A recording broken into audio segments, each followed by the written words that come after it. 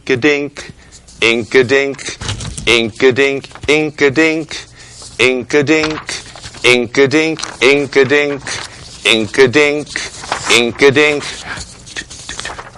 Wow!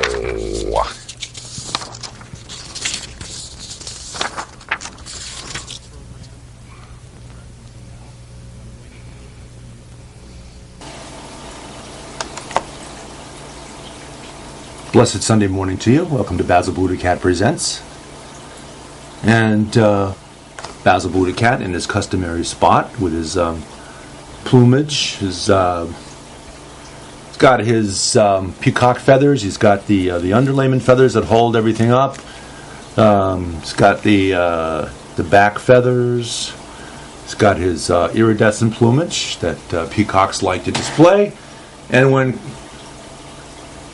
peacocks get a little bit butch, they shave them down, and they end up with this, or it's an upside down Beatles wig, one or the other. So Friday night we had a surprise pop-up guest, and we've been getting a lot of Donald Trump. So it's about time we got somebody that's one of the good guys coming and showing up on the show, albeit they're two-dimensional image. And one it's a few years old, but George Clooney, and Basil was noting how George Clooney held a fundraiser, a couple fundraisers last week in California for Hillary Clinton, and raising a lot of money for her, and says, well, it's not just for her, but it's for down ticket candidates in this coming November. And he said he's known Hillary Clinton for a long time. They've worked together on some foreign relief projects, and he likes her personally, which is obviously, we talked about on Friday night about how she's the second least trustworthy candidate, only to be outdone in the untrustworthiness by Donald Trump. So, coming down the home stretch, and the two candidates that are in the lead are the two least trustworthy candidates in the eyes of American voters in poll after poll after poll. And by doing that, the parties are foregoing. They're not going to end up with the two most trustworthy candidates on one on each side. John Kasich is the most trustworthy candidate on the Republican side, and Basil's got a good friend down in Stanford named Tony Huang. And Basil says, let's get Tony on the show and talk about that, because Tony is John Kasich's person here in Fairfield County, and he says Tony's been saying how John Kasich should be the presidential candidate, because in polls he's the only one that stands a chance against either Hillary Clinton or Bernie Sanders. He beats Hillary Clinton by about 10 points in the average poll, and it's poll after poll. They're fairly consistent one with the other, depending on who the pollster is that's conducting the interview. And he doesn't beat Bernie Sanders, but he's in the ballpark with him. He has a chance. It's only about 5% down to Bernie. And it seems like that's something of an indication that people want to have trustworthy candidates that say what they mean and follow through on what they say they're going to do. Basil said,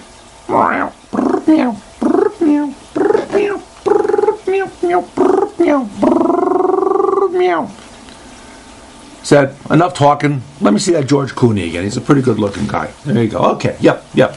We all agree on that. Men can look at men and say, that's a good-looking guy. Women can look at women and say, that's a good-looking gal. So, look at this. You got something in the mail, Basil. It's a big, super-duper sized postcard, and it's from the Hillary Clinton campaign. Okay. Now, guns are probably a pretty big issue here in Connecticut. We had a horrific slaughter of school children and teachers next door in Newtown. And so guns strike a very powerful tone here. I'm sure the same way they do in everywhere else in America, which is getting to be everywhere else in America, gradually, state by state, town by town, city by city, where gun violence, where somebody uses a gun to kill a lot of people. Some say why they do it, some just do it and kill themselves, and they don't get a chance to actually say why they did it.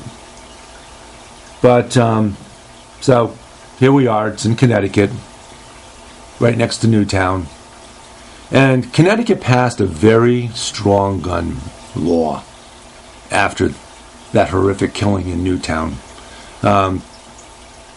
It was fought by Republicans. It was fought by people that think that every American should have a right to carry a gun. A lot of them believe people should be allowed to carry a gun in public, whether concealed or out in the open. A lot of them think that people should be allowed to have high-powered weapons. So, I know it's your show.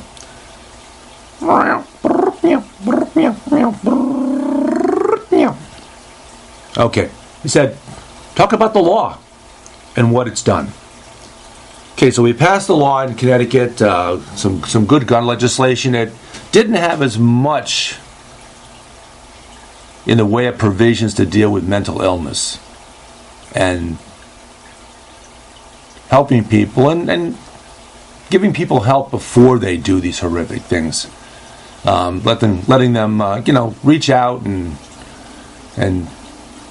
get some counseling and talk to someone and get their aggression and their anger out in ways other than by slaughtering a bunch of school kids and teachers. So the gun law passed, and it does contain some provisions in it about mental health, but essentially it makes sure that people that own automatic weaponry, weapons that you can kill 26 people in less than 3 minutes, without really even having to aim. And that was the kind of weaponry that the young man had in Newtown. So, yeah, okay, yeah. Said, statistics, please. Statistics, he says. Okay, so the number of gun-related homicides in Connecticut in 2014, and I'm sure we've got numbers for 2015 to look at, and we'll look at those, and we certainly recommend that the audience do their own research too, because you never want to believe everything you hear any place.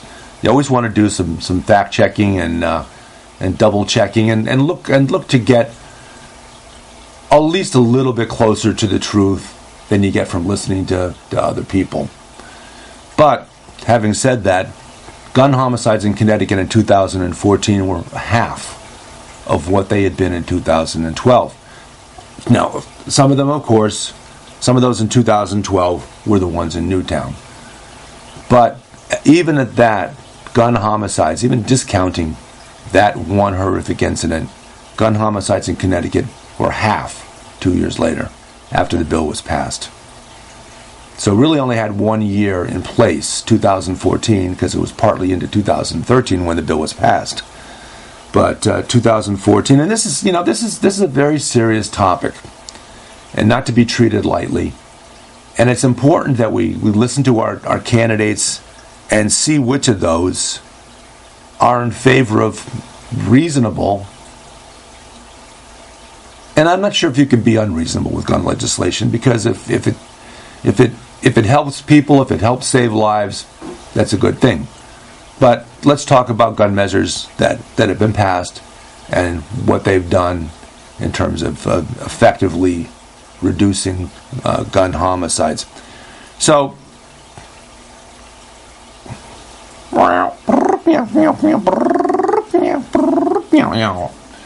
said, okay, Now, how does that relate to these two, Hillary Clinton and Bernie Sanders?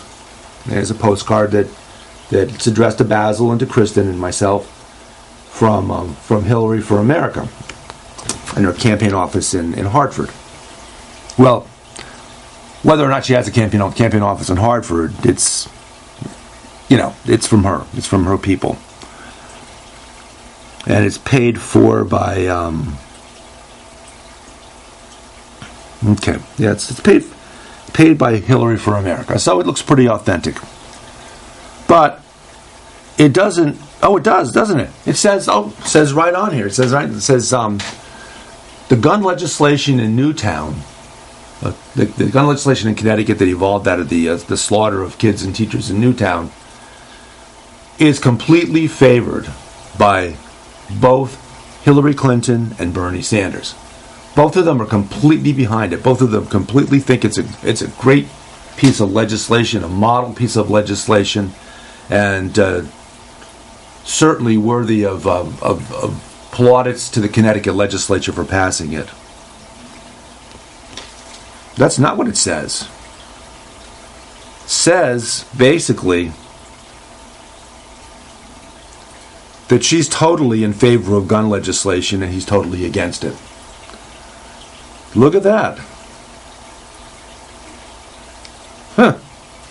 Okay, well, so much for speaking truth to power when you're doing your advertising and when you're talking about yourself and your opposition candidate. You want to talk more about George Clooney? Okay, yeah. Basil says, it says it's important to note that George Clooney had a couple big fundraisers for Hillary Clinton in California. He took some ribbing for it. He spoke to some folks that were there outside the house that the fundraisers were held at. Talked to them. He had some conversations with them, and he said, "Here's the thing." He was there raising money for Clinton, and he says also raising money for other Democratic Party candidates, because he's a Democrat, and that's what wealthy people do for their respective parties. Wealthy Republicans do it for Republican candidates, and wealthy Democrats do for Democratic candidates. And as we saw in the article in the Washington Post that we read on Friday night and talked about, Wall Street does it for every candidate except Bernie Sanders. They put a lot of money in, and they generally put a lot of money in both sides, both Democratic Party candidates and Republican Party candidates. So after the election, they can say, "See, we were on your side. Now give us what we want." And what do they say to Bernie Sanders? Basil said, they go to Yankee games, sit in box seats, look across the horizon to Brooklyn, and give Bernie Sanders the Bronx cheer. Okay. So, Clinton and Clooney. So George Clooney goes on the talk shows the following day, and he says that he did the fundraisers. He likes Hillary Clinton. He's worked with her on projects in Africa, humanitarian projects in Africa. Apparently not including the invasion of Libya, which destabilized a country and went from having a harsh dictator to having ISIS, and a lot of difficulties. Wasn't that the same way that the invasion and occupation of Iraq that Hillary Clinton and most everybody else in Congress, except for Bernie Sanders, voted for in 2002? Basil said,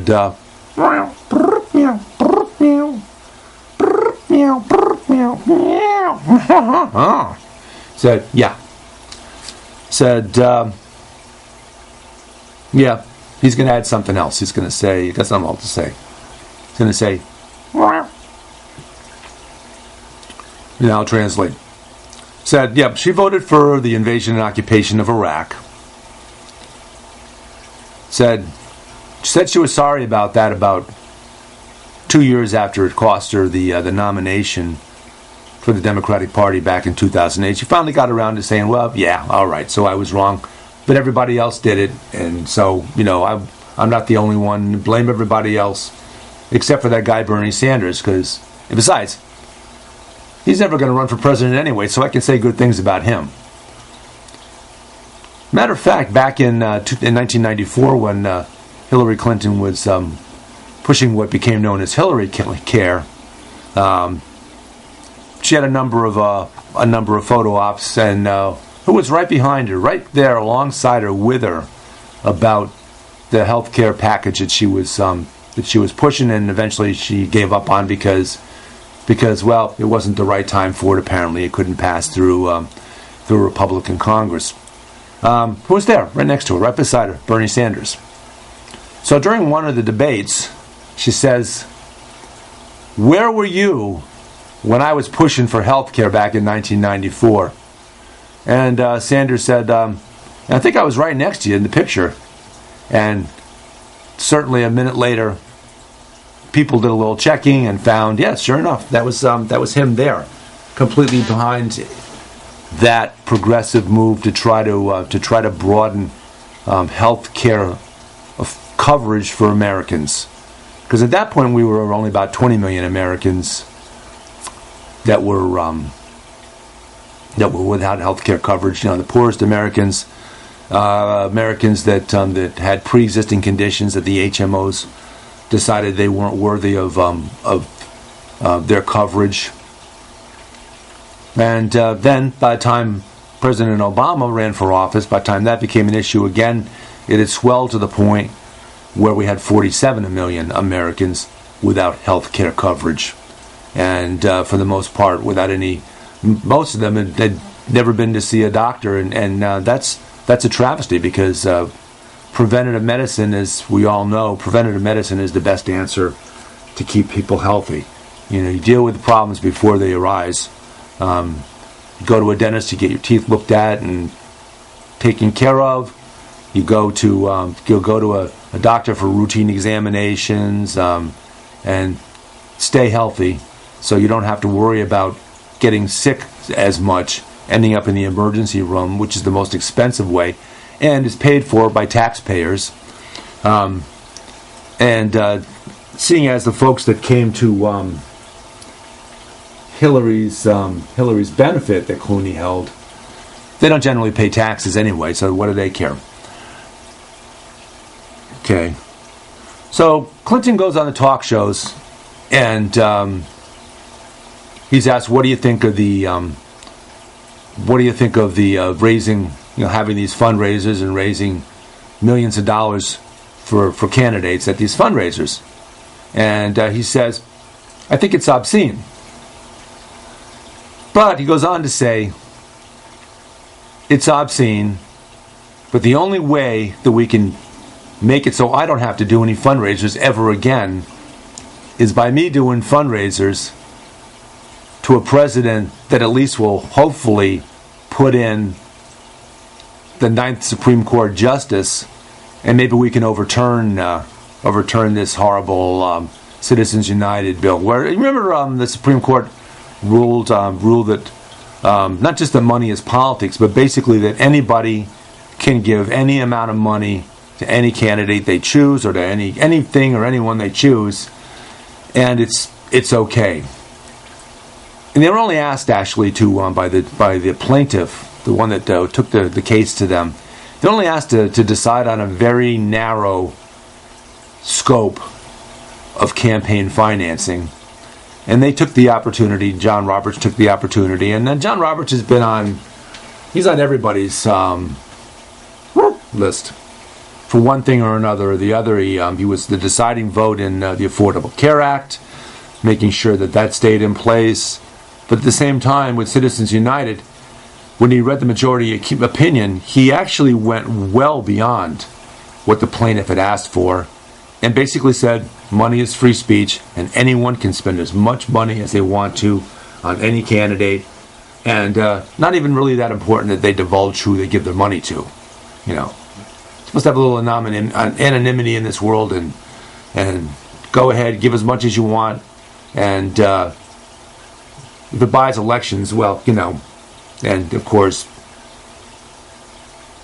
candidate Clinton is saying that no, she's not beholden to any of these folks that are giving her millions of dollars, that they're just doing it out of the goodness of their heart. Well, she doesn't say that, because that would be completely laughed at.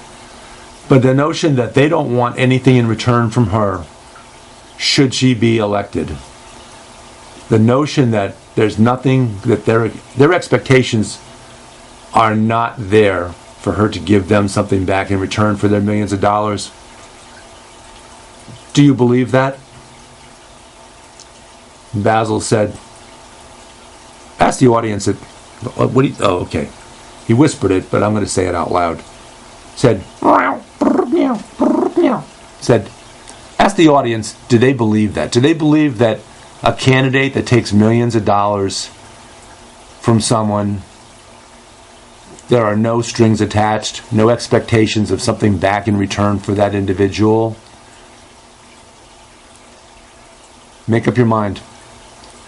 And apparently the bulk of Americans have made up their minds about who they think is trustworthy and who they think is not trustworthy amongst the candidates in this election cycle. Least trustworthy, Donald Trump. Second least trustworthy, Hillary Clinton. Most trustworthy, Bernie Sanders. Second most trustworthy, John Kasich. So, you decide who you think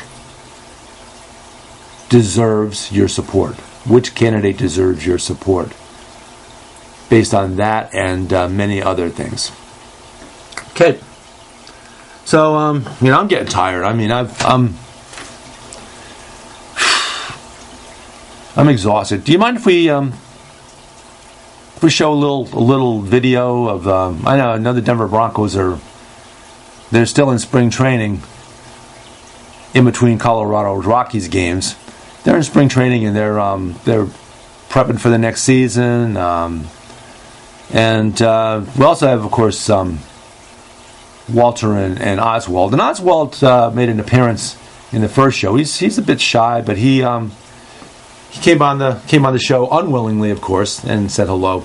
So have a blessed Sunday morning. This has been Basil BuddhaCat Presents. I'm David Stevenson, Basil's co-host, interpreter, and chief gopher. Thank you for joining us for hour 675 of Basil BuddhaCat Presents! Exclamation point. The 2016 Basil-Athon. Thanks for joining us. Have a blessed Sunday, and we'll see you next Friday. Bye. And our friend who's been on the show quite a bit. Yeah? Oh, I bet. He's got a lot to say. We have a lot of conversations with him. I'm sure that's highly productive. But we can't do it on the big phone or the little phone. We have to do it on the micro inky dinky phone, which you could on the table here somewhere. Why is that? Because according to the importance of the guest, we have the cat and hat phone, or the Nickelodeon phone, or my cell phone, or the speck of dust micro inky dinky phone. Looks like he has a sunburn. Inky dink. Okay, ready? Here we go. Inky dink, inky dink, inky dink, inky dink, inky dink, inky dink, inky dink, inky dink, inky dink.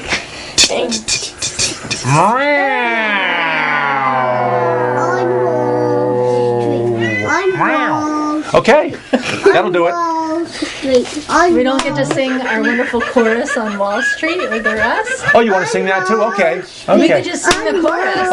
Okay, which is On Wall Street. Which is, of course, the song is on Broadway. It's the original song. Yeah. Okay. So you guys are just going to do the On Wall Street. Okay, let me start it off. All right. They say they'd rob your grandma blind. On Wall Street. On Wall Street.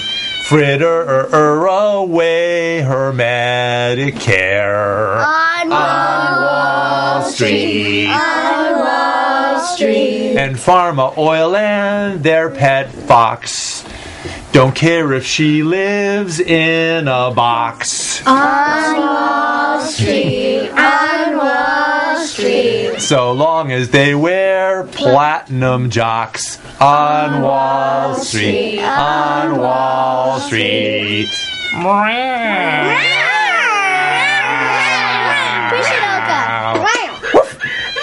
Who let the dog? Okay. You can click it off.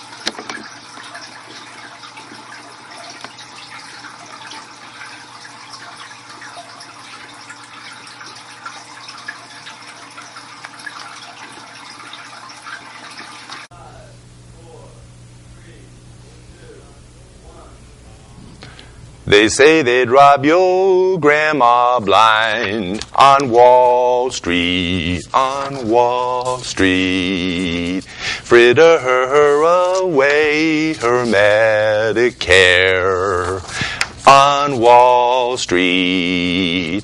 And Pharma Oil and their pet fox don't care if she lives in a box, so long as they wear platinum jocks on Wall Street, on Wall Street. Meow.